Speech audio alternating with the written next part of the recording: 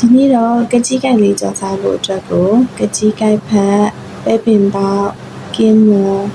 ပဲပြုတ်မြူတီခွဲချက်မှုန်လေးရယ်ရှာလကာရီနဲ့ချစ်တစ်ပူလေးတစ်လုံးသုံးထားပါတယ်ရှင်အချင်းရတာလေးပါခြင်းတော့ရှာလကာရီကိုထည့်လို့ရပါတယ်မကြရင်လည်းဒီနေရာမှာမသုံးလို့ရပါတယ်စီပူလာပြီဆိုလို့ရှိရင်ချစ်သွန်ဖြူလေးကိုခဏငွေပြီးကြော်ပေးလိုက်ပါမယ်ချစ်သွန်ဖြူလေးရောင်ပြောင်းလာပြီဆိုရင်တော့ကင်းမွန်လေးကိုထည့်ပြီးတော့ချက်သွားအောင်လို့ဝှက်ပေးထားလိုက်ပါမယ်ပြီးတော့ရင်တော့ခဏညက်ဖက်ကလေးတွေကိုမှထည့်ပြီးတော့ခဏလေးမှွေထားပါမယ်ရှင်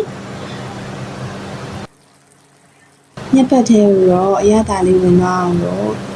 ကြာညို့ခယူးစီပဲငံပြားရဲ့အချိုးစားချိုမော့နည်းနည်းစီထည့်ထားပြီးတော့ဆက်ပြီးတော့ကြော်လိုက်ပါမယ်ကြက်ဥလေးတွေကိုတော့အစကလေးကကြော်ထားပြီးမှရောထည့်လို့လည်းရတယ်လို့ခုလိုမျိုးအရသာဝင်သွားအောင်လို့တခါလေးရောထည့်လိုက်ရင်ရပါတယ်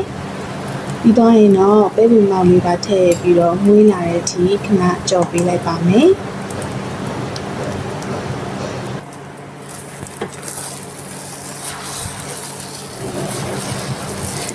နောက်ဆုံးအနေနဲ့ငရုတ်တီးခွဲချက်မှုန်လေးရယ်ပဲပြုတ်လေးရယ်ထည့်ပြီးသွားတဲ့အခါမှာတော့အရသာရှိတဲ့